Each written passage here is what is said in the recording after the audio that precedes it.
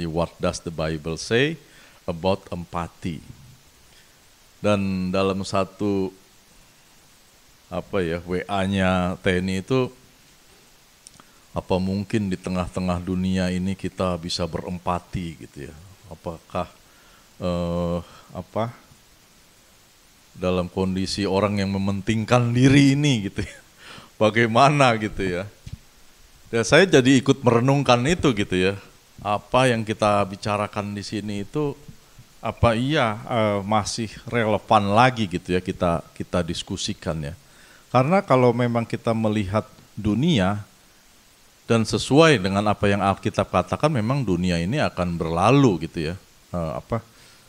Maksudnya bukan berlalunya tuh bukan lebih baik gitu ya maksudnya, tapi lebih parah gitu.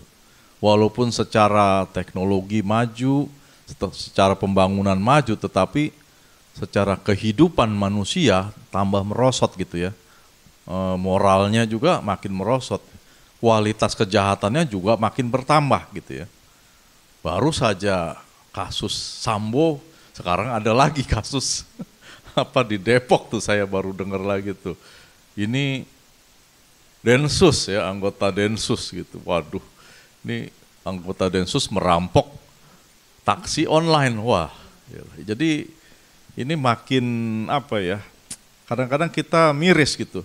Ini mau semakin bagaimana dunia ini ya.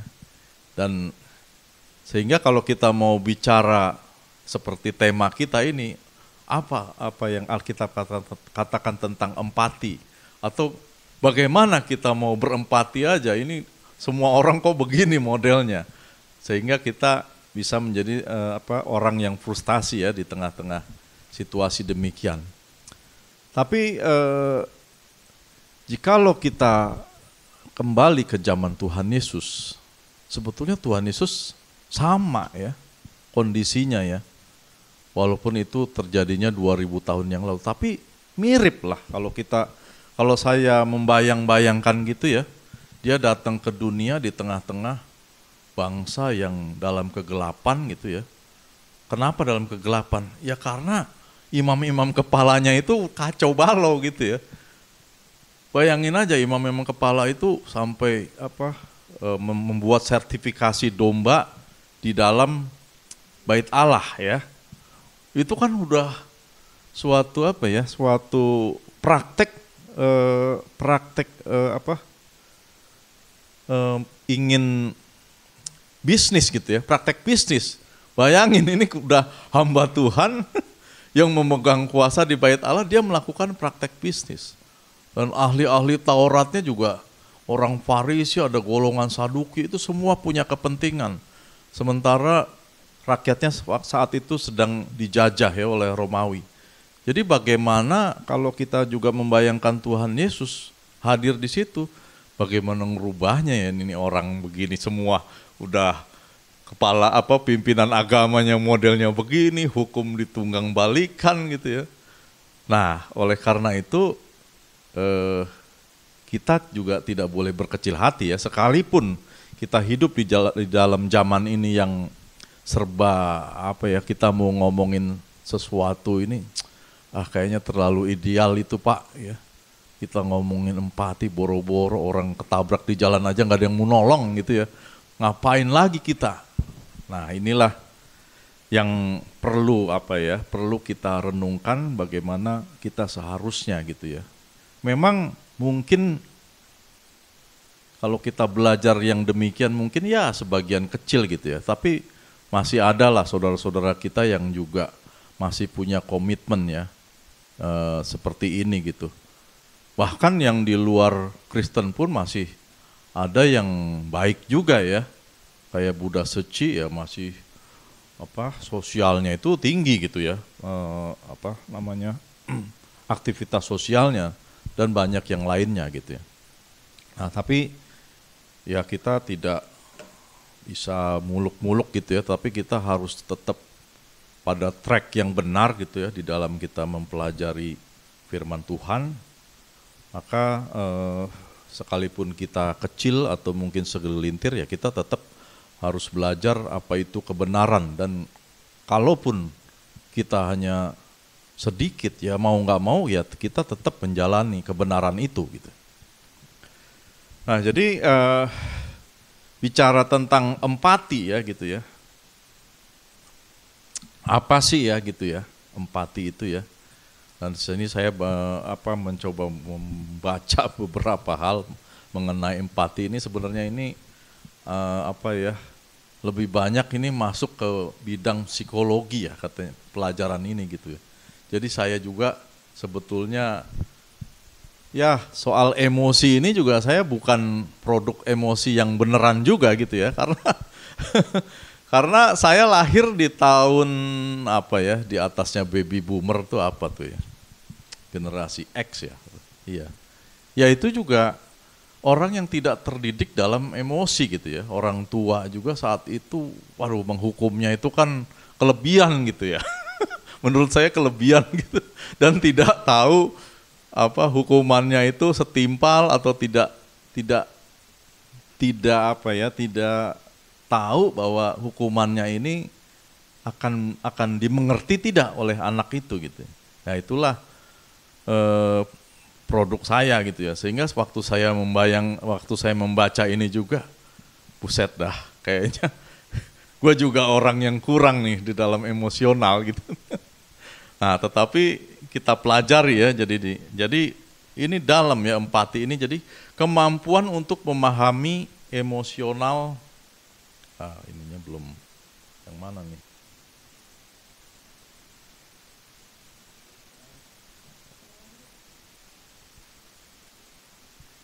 Nyalainnya yang ini kan? Oh, sorry.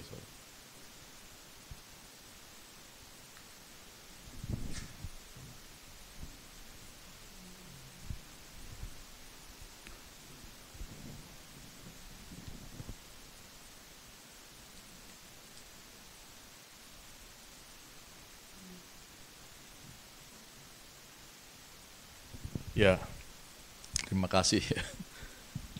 Jadi tadi empati adalah kemampuan untuk memahami secara emosional ya, apa yang orang lain rasakan, melihat sesuatu dari sudut pandang mereka dan membayangkan diri Anda di tempat mereka.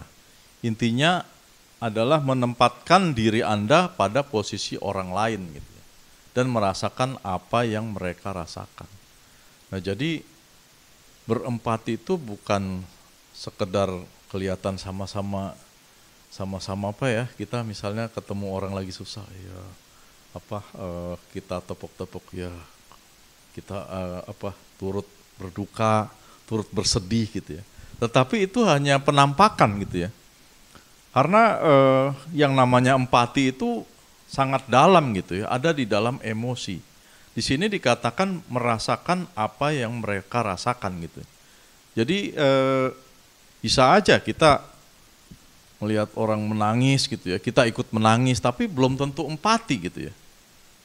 Karena kita tidak tahu itu orang itu menangisnya karena apa gitu. Karena kita tidak memahami apa yang ditangisi orang itu gitu ya. Bisa aja kan kita nangis kenapa gitu. Oh ya sorry ya turut bersedih ya, misalnya kamu lagi susah gitu, ternyata orang itu bukan nih, saya keinjek kamu nih, kan bisa aja gitu, nangisnya karena keinjek sakit gitu. Nah itu empati itu adalah suatu pemahaman yang harus kita kenali gitu ya, sebetulnya orang itu sedihnya kenapa gitu ya. Nah makanya orang yang, ini di sini ya, empati itu kan berarti melihat orang lain menderita ya. Misalnya orang kehilangan ya, orang yang dicintai, ditinggalkan gitu ya. Nah orang yang belum pernah merasa ditinggalkan, ya mungkin bisa ikut sedih gitu ya. Tapi beda dengan orang yang pernah merasa ditinggalkan oleh orang yang dikasihi gitu ya. Jadi misalnya teman kamu, misalnya teman Anda meninggal orang tuanya, tapi orang tua kamu belum meninggal gitu, ya kamu bisa sedih gitu, tapi beda sedihnya, lain dan sulit berempati gitu ya. Karena apa? Karena kamu nggak tahu rasanya dia itu bagaimana ditinggal orang tua. Nah, oleh karena itu empati itu lebih dalam lagi. Maka kita pelajari ya, nih empati sama simpati ini ternyata berbeda gitu ya. Jadi ini supaya ini aja ya, prolog aja supaya kita mengerti gitu ya, apa bedanya simpati dengan empati. Jadi kalau simpati itu ya misalnya bisa aja perasaan sedih atas kemalangan orang lain ya. Tapi kalau empati itu dia mampu menemukan kondisi yang sebenarnya ya. Dia mengidentifikasi gitu ya. Memahami situasi dan perasaan orang lain tersebut ya. Jadi dia dia bisa menempatkan seperti orang itu gitu ya. Itu namanya empati gitu. Tapi kalau simpati itu masih di luar gitu ya. Ya kita oke, you sedih ya, turut bersedih, turut berduka. Tapi masih di luar gitu. Tapi kalau sudah empati itu dia tahu wah orang ini sedihnya itu karena apa tuh yang sebenarnya dia akan tahu gitu ya. Lalu sudut pandangnya yang tadi sudah saya singgung ya. Kalau simpati itu belum dapat atau tidak dapat ya, memahami situasi orang lain. Tapi kalau empati itu mengerti dan memahami situasi orang lain gitu ya. Jadi dia sudah bisa menempatkan sudut pandangnya dari orang itu gitu. Nah tadi juga sudah saya singgung ya, pengalaman, kalau simpati itu pengalamannya belum tentu dia memiliki pengalaman yang serupa. Perasaannya juga gitu, timbul rasa kasihan, sedih, khawatir. Tapi kalau empati itu, kesedihan itu sudah menjadi bagian orang yang berempati itu. Nah itu perbedaan ya antara simpati dengan empati. Nah mengapa ya berempati itu sulit? Ini baru kita pandang dari sisi psikologi ya. Jadi kecenderungan manusia ya, itu melihat perspektifnya ya dari diri sendiri gitu ya. Nggak pernah benar-benar mampu memahami atau mempertimbangkan sesuatu menurut sudut pandang orang lain gitu ya. Jadi selalu itu kita tuh berada pada posisi kita gitu ya. Yang tadi sudah saya singgung juga sudut pandangnya. Jadi kita tidak pernah mampu untuk bisa melihat segala sesuatu dari sudut pandang orang lain. Nah, makanya kalau kita mempelajari empati, makanya itu hati-hati ya, karena saya juga kadang-kadang ngelihat di WA grup ya di WA grup apa aja gitu ya, ada orang lagi berita duka cita gitu ya, turut berduka, bla bla bla bla bla bla. Tahu-tahu anggota yang lain ngirim dia lagi makan foto gitu. Nah ini kurang berempati nih begini, ya nggak?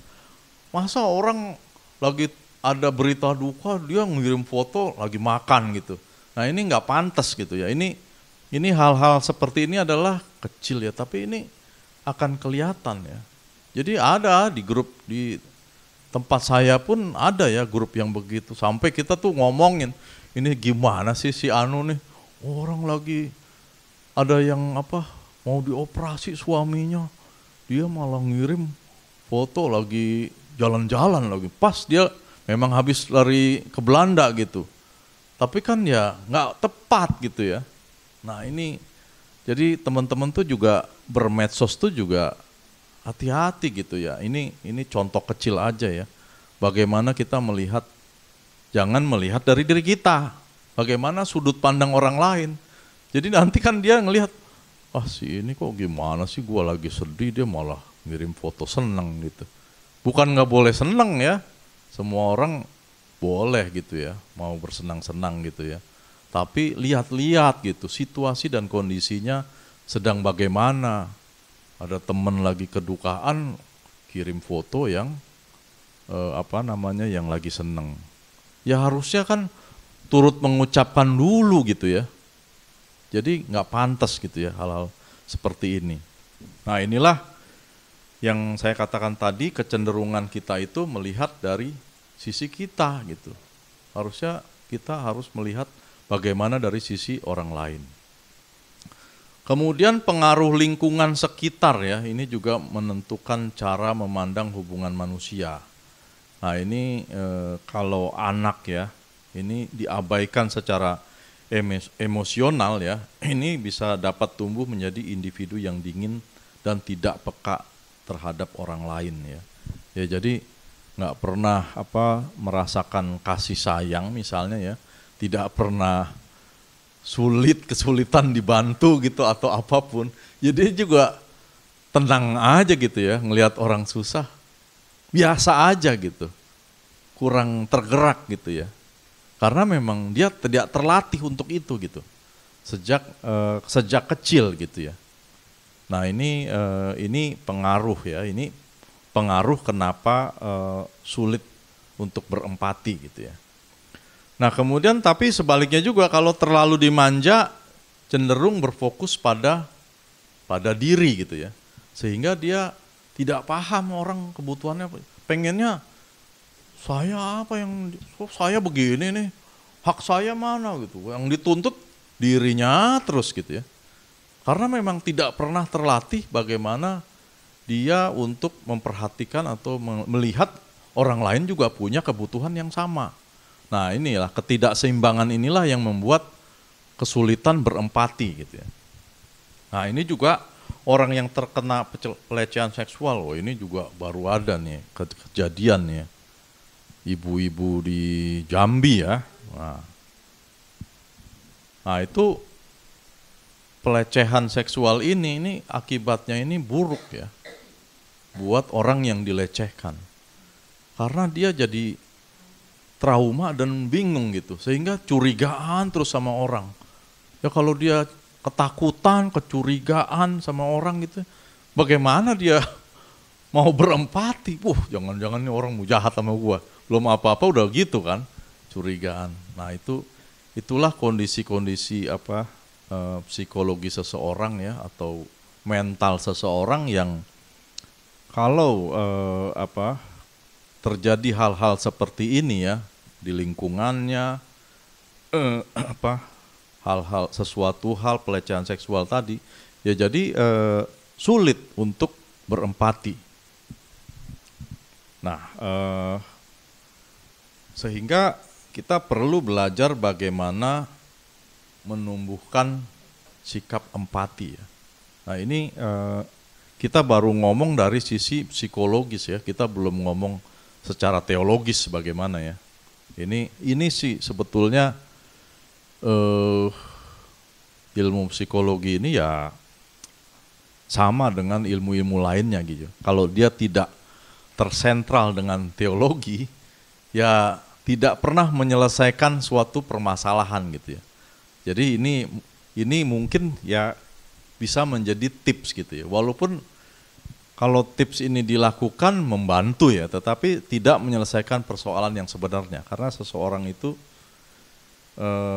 apalagi kita ya di gereja, apalagi Pak Gelen tahulah mungkin pasti ya doktrin reform gitu. Pasti kalau manusia itu tidak pernah diselesaikan gitu ya dosanya, dia tidak akan bisa menyelesaikan suatu masalah-masalah di dalam hidupnya gitu ya. Nah jadi bagaimana menumbuhkan sikap empati ini ya secara psikologi, maka ini latihan sebetulnya kalau saya lihat ini latihan ya. Jadi saat memiliki orang dekat yang bercerita atau sharing, ini cobalah mengenali apa yang ia rasakan. Tadi kan kita bicara bahwa kenapa orang sulit berempati gitu ya. Sekarang bagaimana menumbuhkan ya, yaitu kita mencoba untuk mengenali apa yang ia rasakan gitu. Jadi kalau punya temen dengerin gitu ya, apa yang dirasakan, temukan sebetulnya masalah sebetulnya itu apa yang ia rasakan.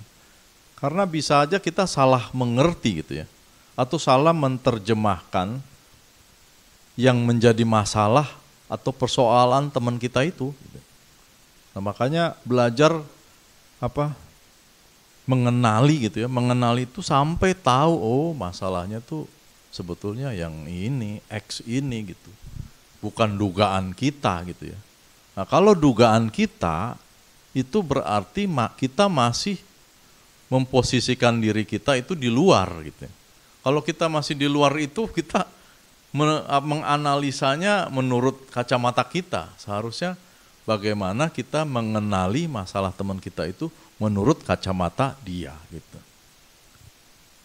Nah, supaya jangan salah sangka gitu ya. Kan sering kan gitu ya. Kita salah gitu ya.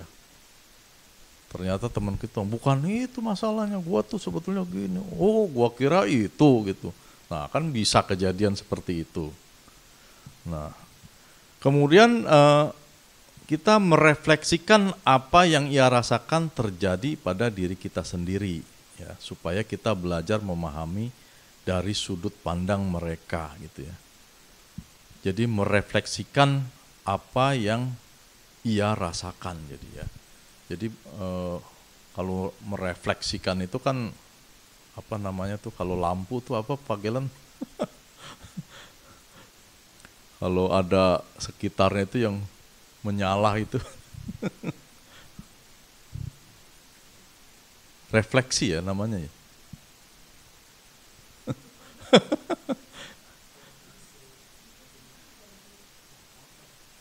Ya bukan ya. Hah?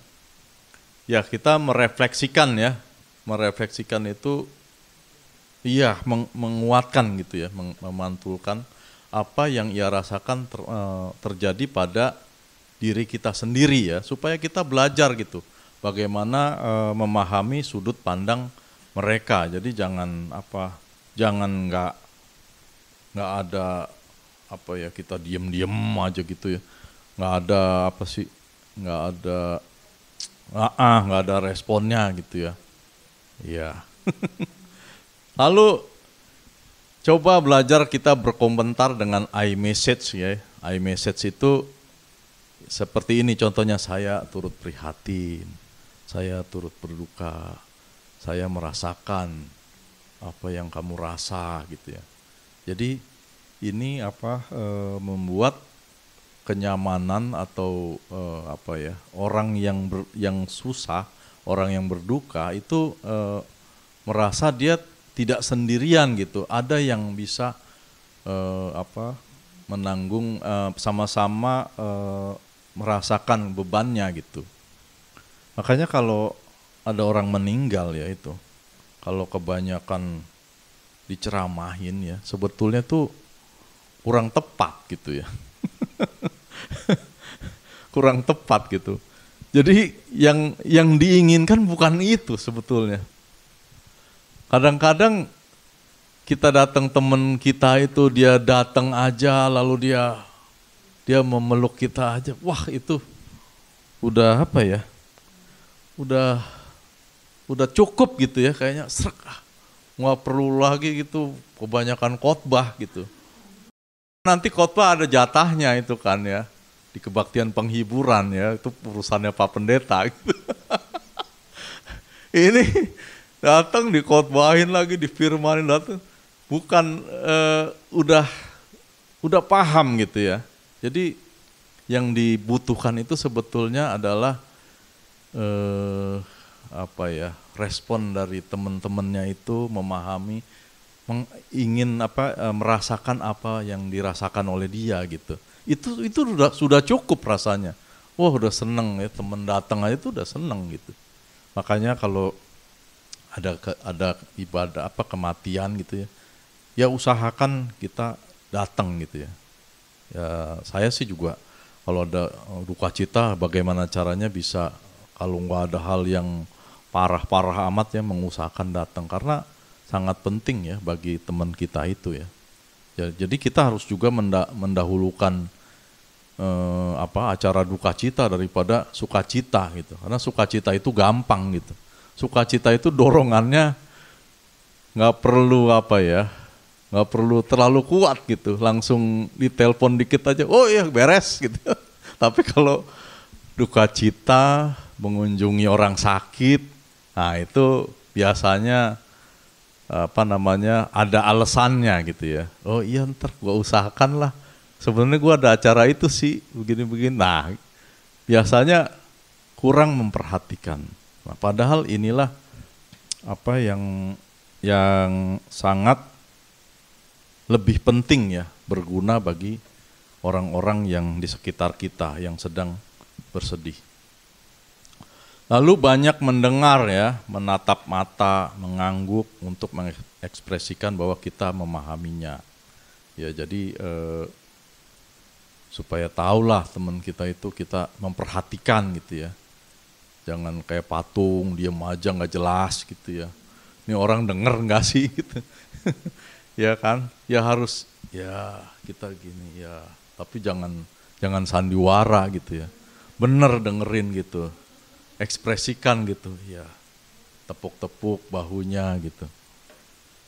Lalu tunjukkan sikap menghargai pendapatnya tanpa menilai atau mengomentari ya. Orang lagi sedih.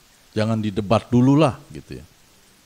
Kadang-kadang orang kita itu ya kebanyakan orang itu berpikir bahwa langsung mencari solusi gitu ya. Padahal ntar dulu solusi nanti belakangan gitu ya. Ini orang kalau lagi sedih, lagi kalut atau lagi susah itu perlu kita tuh berempati dulu gitu ya, maksudnya supaya dia ringan dulu bebannya karena ada orang yang mau bersama-sama menanggung bebannya, bukan langsung dikasih solusi. Oh gini loh caranya, ya ntar dulu lah. Itu sih bisa diatur gitu ya, tapi dia kebutuhannya tuh bagaimana dia mengungkapkan dulu, itu dengarkan gitu.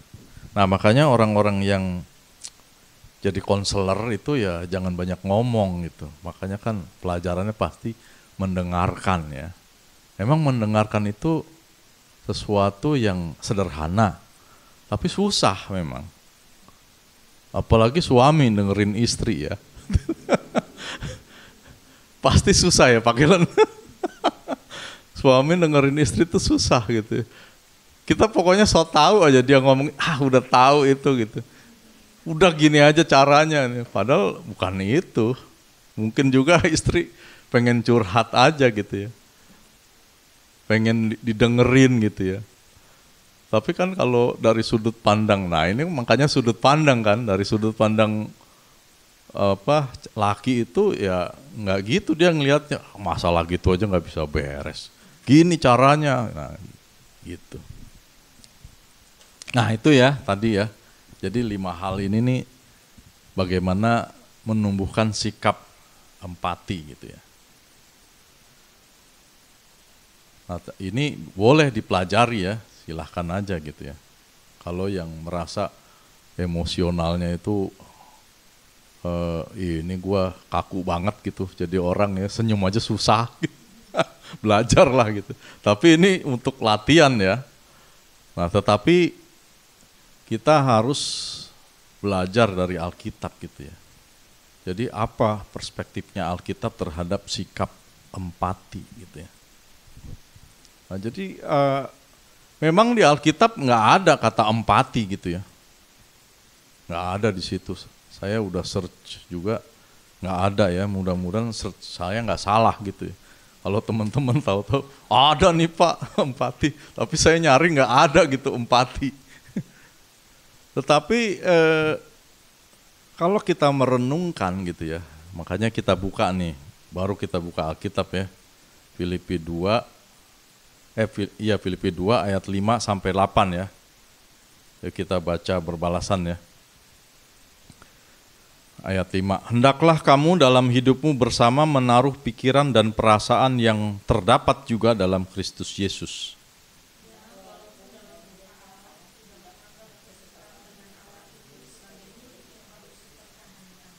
Melainkan telah mengosongkan dirinya sendiri dan mengambil rupa seorang hamba dan menjadi sama dengan manusia.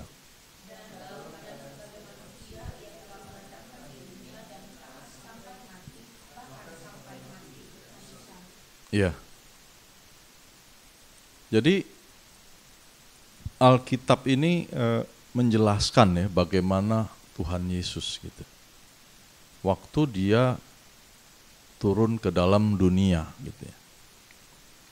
Memang tidak ada kata-kata empati di sini, tetapi kita bisa menarik kesimpulan ya. Oh ya, di sini sorry ya, ada bahasa asingnya ya, kenosis ya. Karena ini kan ada pengosongan ya, pengosongan dirinya sendiri ya. Itu ada, makanya biasanya dulu kalau Pak Bigman ngajarin pengosongan itu kenosis gitu ya, kenosis. Jadi ingat saya sampai sekarang kenosis. Bukan saya pinter bahasa Ibrani, enggak, tapi kenosis ini apa gitu. Jadi Kristus itu turun ke dunia, Kristus itu kan Tuhan gitu ya. Dia mengosongkan dirinya itu sebetulnya di situ ada pengosongan diri melepas hak gitu. Hak ini sebetulnya kan bisa dipakai bisa enggak gitu. Dia adalah Allah gitu ya. Haknya Allah itu adalah dia bisa apa saja gitu ya. Tetapi dia mau melepas haknya ya sebagai sebagai raja atau penguasa di sorga ya, sebagai Allah, dia mau melepas haknya itu, dia turun ke dunia itu menjadi hamba. Nah ini adalah ada pengosongan diri dia untuk melepas haknya dia gitu ya. Yang tadinya dia mau apa saja bisa gitu ya. Tetapi waktu dia menjadi hamba, menjadi manusia, dia harus menuruti kehendak Bapaknya gitu. Dia tidak maunya sendiri lagi. Padahal dia punya hak itu karena dia adalah Allah. Nah inilah yang disebut kenosis, melepas hak gitu ya. Nah jadi kalau kita gambarkan itu ya misalnya presiden gitu ya, Jokowi itu presiden. Dia punya gajian gitu ya, gajinya sebulan katakanlah 200 juta. Itu hak dia gitu. Tapi dia bisa saja, nggak apa-apa saya nggak usah digaji. Jadi 200-nya jutanya itu ya buat yang lain aja, buat pembangunan gitu ya, misalnya ya. Saya nggak tahu ya, Pak Jokowi gajinya diterima apa enggak gitu ya. Ini misalkan. Dia tetap bekerja sesuai kemampuannya dia, semaksimal mungkin, seoptimal mungkin. Tapi dia tidak menerima gaji. Dia presiden iya, tapi dia melepas sebagian haknya untuk tidak menerima gaji presiden. Nah inilah yang disebut melepas hak itu ya. Nah sehingga semangat ini, bagaimana kalau kita mau diri kita berempati, ya kita melihat apa yang Tuhan Yesus lakukan gitu ya. Dia melepas haknya, dia tuh berempati dengan kita ya. Kenapa dia berempati? Ya karena dia di surga enak-enak sebetulnya. Kenapa mesti susah turun ke dunia menjadi manusia? Ya dia mau tahu menjadi manusia itu kesulitan manusia itu apa, dia makanya mau menjadi manusia. Dan dia menjadi manusia bukan menjadi manusia yang jadi anak raja gitu ya, jadi anak orang kaya. Sebetulnya dia bisa melakukan itu gitu ya. Tetapi dia menjadi anak orang miskin ya, menjadi hamba gitu. Nah inilah sikap ya, suatu sikap empati ya. Bagaimana dia mau menempatkan dirinya pada posisi sebagai manusia ya. Nah inilah bagaimana pandangan Alkitab gitu. Sehingga kita pun jangan terjebak dalam sikap hidup saya ini ya seperti ini, tapi tidak mau memahami yang lain gitu ya. Tuhan Yesus itu turunnya sangat jauh gitu ya, maksudnya ada downgrade gitu dari Tuhan menjadi manusia. Tapi kita itu mau menjadi downgrade sedikit aja nggak rela kan kadang-kadang. Nah bagaimana kita mau berempati gitu ya. Jadi kalau kita melihat orang yang sulit gitu ya. Itu kemungkinan misalnya ya, grade-nya atau apanya ya di bawah hidup kita, ya kita kalau posisi kita tidak mau turun gitu ya, ya kita nggak akan pernah bisa berempati gitu ya. Atau kita misalnya jadi apa gitu ya, jadi ahli pertanian gitu ya. Tapi kita nggak pernah turun sama-sama Pak Petani gitu, bagaimana susahnya bercocok tanam, bagaimana memberikan pupuk. Kita taunya ya pupuk itu disebar ke sana ke sini 3 meter gitu. Tapi kita nggak pernah turun gitu nyemplung, ya nggak bisa berempati gitu. Nah inilah jalan yang diambil oleh Tuhan Yesus ya. Jadi dia turut merasakan penderitaan manusia yang berdosa gitu. Nah kemudian kenosis untuk menjadi pengganti ya. Tuhan Yesus juga mengambil natur manusia yang berdarah dan berdaging, merupakan sikap empati, karena agar ia dapat menggantikan manusia menanggung hukuman dosa di kayu salib ya. Jadi dia rela mati gitu ya. Dia tahu nih, bakal manusia yang berdosa itu, waduh kalau dihukum kita ya, yang dihukum itu dia udah tahu gitu, membayangkan bakal menyakitkan sekali ya hukuman kekal itu. Sehingga dia mau menggantikan untuk membela-belain gitu supaya dia yang terkena hukuman itu. Nah sikap-sikap inilah sebetulnya sikap empati yang sesungguhnya gitu ya. Yang sudah dinyatakan di dalam Alkitab gitu ya. Jadi kalau tadi tinjauannya masih psikologis ya, bagaimana menumbuhkan sikap empati, ya dari sini aja kita bagaimana menumbuhkan sikap empati kita. Bagaimana Tuhan telah mendemonstrasikan kehidupannya bagi kita gitu, itulah yang harus kita ikuti gitu. Nah, sehingga yang terakhir ya, maka mau tidak mau ya sikap empati itu harus kita miliki sebagai kita orang-orang yang telah ditebus oleh Tuhan ya. Ini merupakan suatu konsekuensi yang tidak bisa tidak gitu ya. Ya kalau tidak mau ya sudah nggak usah mengikut Tuhan kan gitu konsekuensinya. Tapi kalau mengikut Tuhan maka empati itu memang sulit ya gitu. Tetapi inilah yang harus kita usahakan di dalam hidup kita ya. Tadi di ayat 5 sudah dikatakan hendaklah hidupmu menaruh pikiran dan perasaan yang terdapat juga dalam Kristus Yesus ya. Jadi kita diminta pikiran dan perasaannya itu yang terdapat juga di dalam Yesus Kristus ya. Yaitu tadi kita harus bagaimana kita memposisikan sebagai hamba gitu ya. Karena kalau posisi kita sebagai hamba, kita bisa memahami kebutuhan yang dilayani, maka kita harus melayani.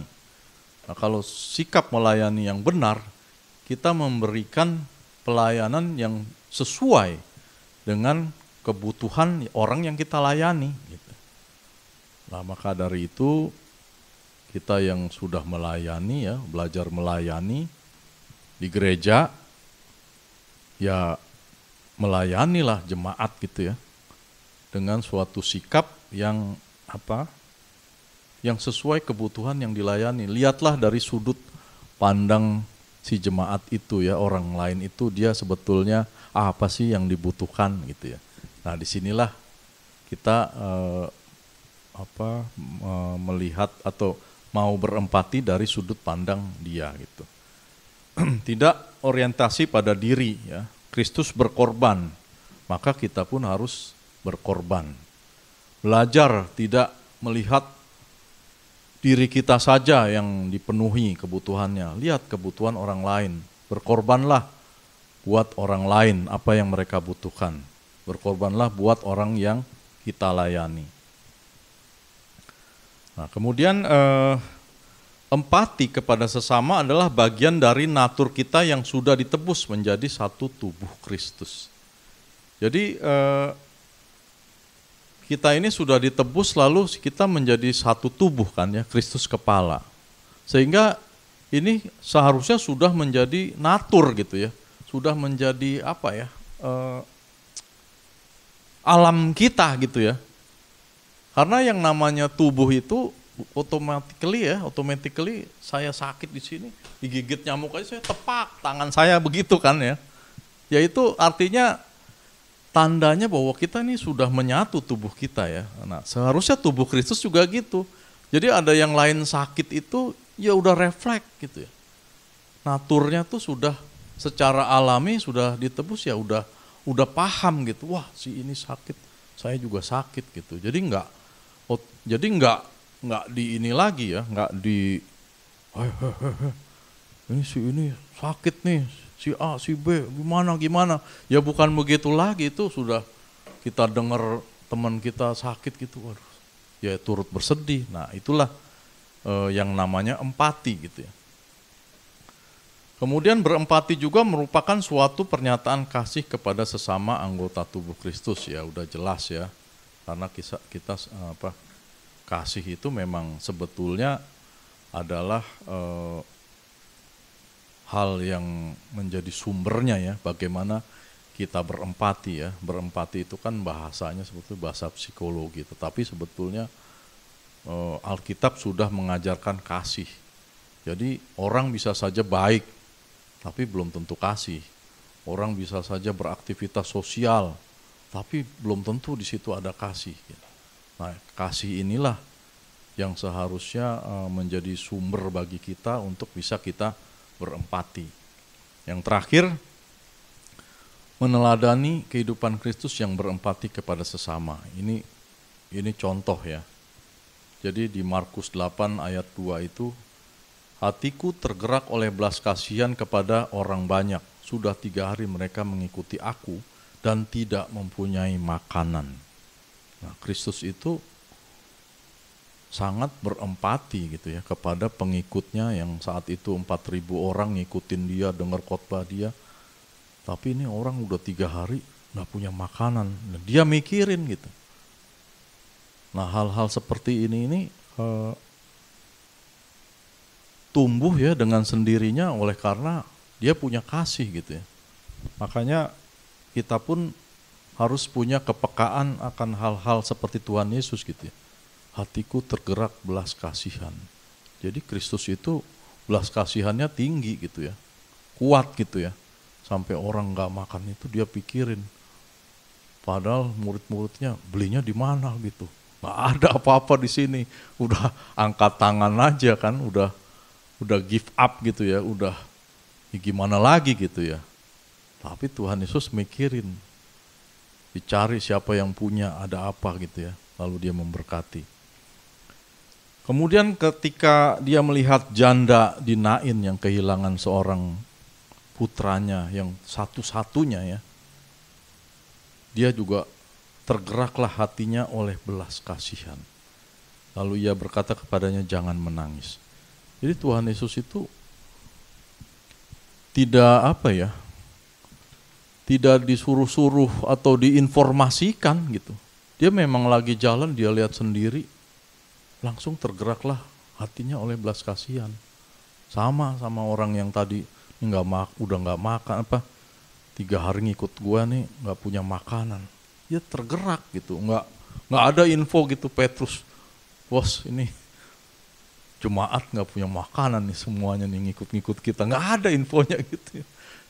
Si ini juga yang dia ngelihat janda di Nain nggak ada infonya, tapi hatinya itu memang penuh belas kasih dan sangat berempati melihat janda tadi ya yang kehilangan anaknya ya.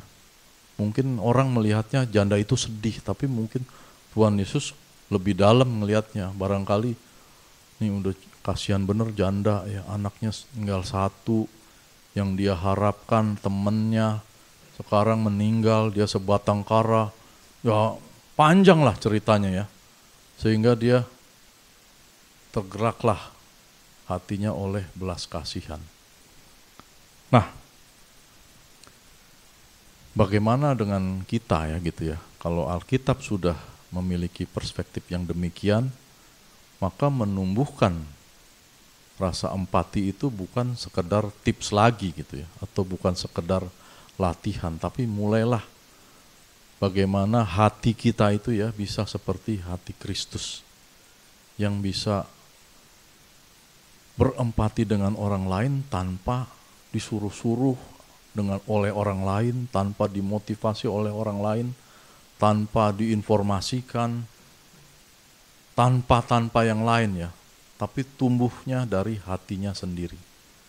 Nah, marilah kita meneladani sikap Kristus itu supaya hari-hari ke depan kita ya, saya juga tidak bukan berarti kita langsung mendengar firman Tuhan ini juga kita langsung hebat gitu, enggak, tapi ini adalah perenungan dan sikap ya hidup kita yang harus kita jalani sehingga kita dapat serupa seperti Kristus, seperti yang Alkitab katakan. Amin.